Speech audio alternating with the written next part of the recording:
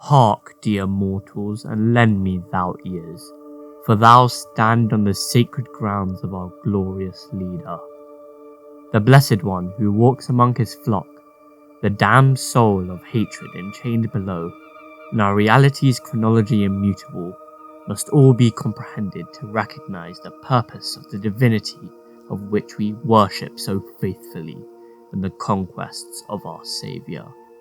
So prepare thyself to be indoctrinated into the cult of the Lamb.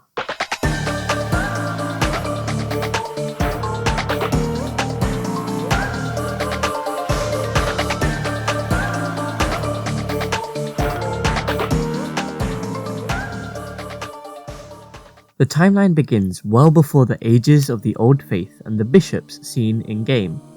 The real story begins many, many years ago with the first gods, great ancient beings that ruled over all the lands. Very little is known of them, their ambitions, and their purpose, since there are few alive who even remember their existence, and they are so solemnly spoken of. They controlled great power, with some of their remnants being some of the strongest and most mystical items in the game, for example, the godly weapons, the god tiers, as well as Ichor. There were also those hatched beneath the first gods, those raised to be keepers of godly tools, yet never being allowed to wield them themselves due to their own nature.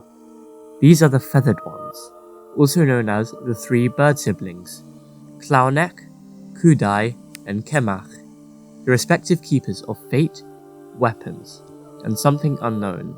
However, it is likely to be the crowns of power. Then, something happened.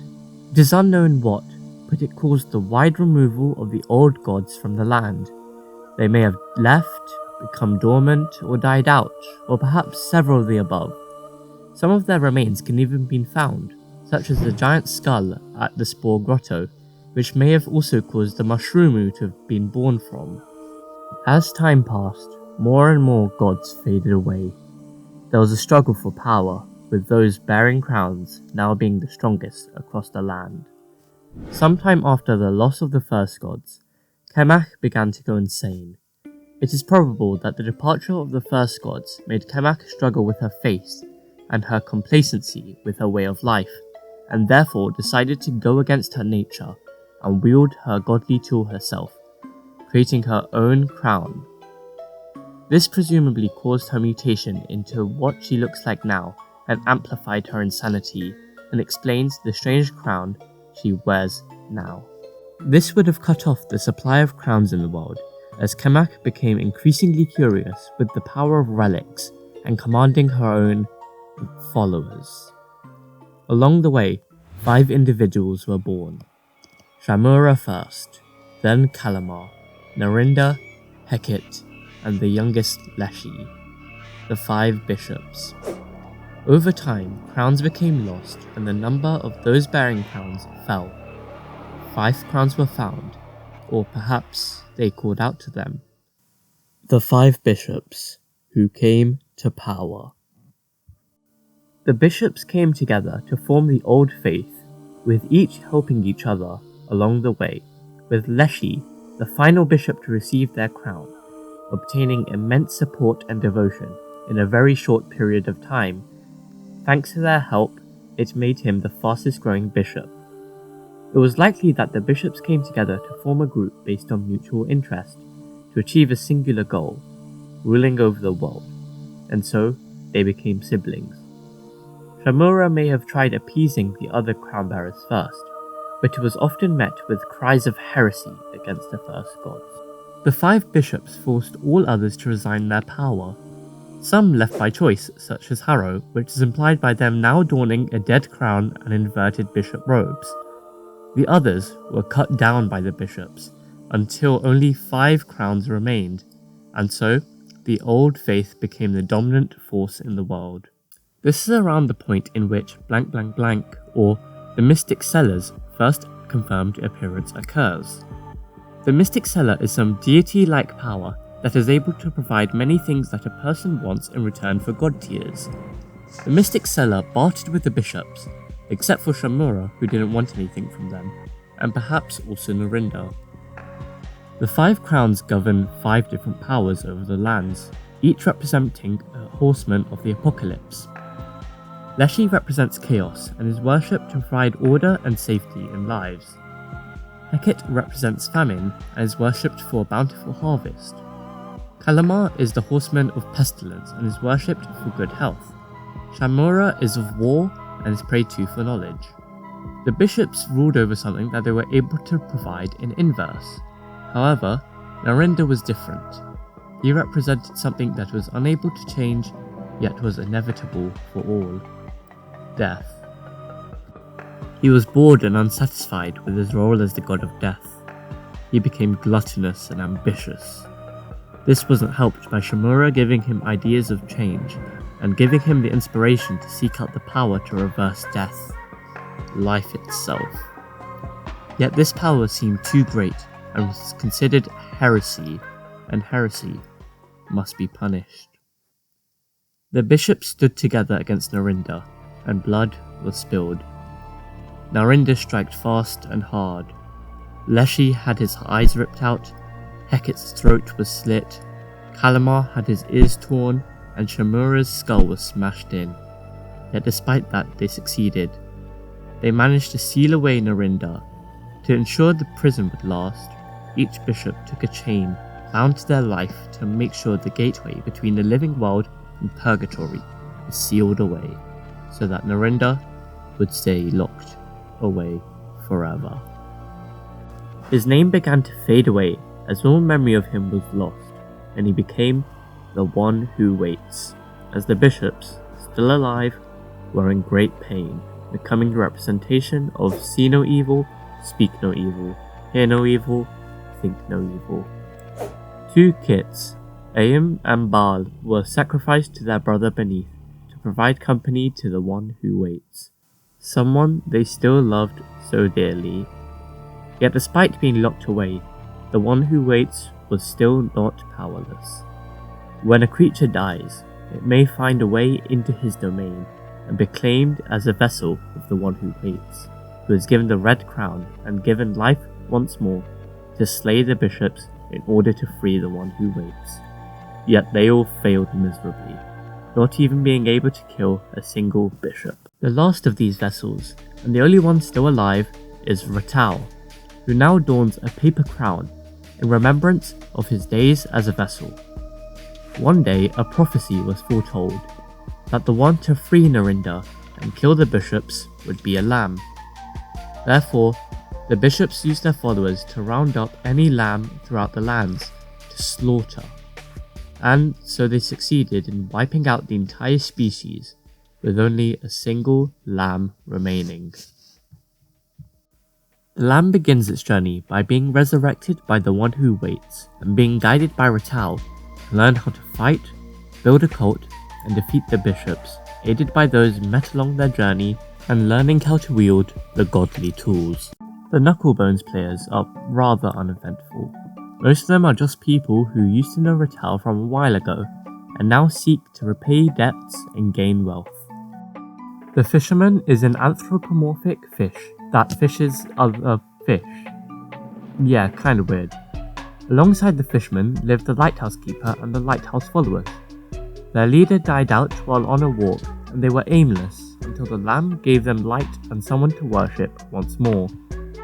Sozo is an ant mycologist who is obsessed with mushrooms and commands the Mushroomoo to seek out mushrooms for him. Sozo teaches the lamb how these mushrooms can be used for brainwashing purposes, but over time it is revealed that he has been using them on himself, and eventually, mushrooms sprout out from his body everywhere, eventually resulting in his death. However, he can be regrown and is hungry for mushrooms, even resulting in him devouring his own Mushroomoo. If his requests are rejected, he can be re-educated, and using the power of the Red Crown, he can be reverted back into his true form, Dr. Sezonius. Rakshasa is a rainbow-coloured shrimp who cooks and sells his food. Plimbo is a trader of valuables.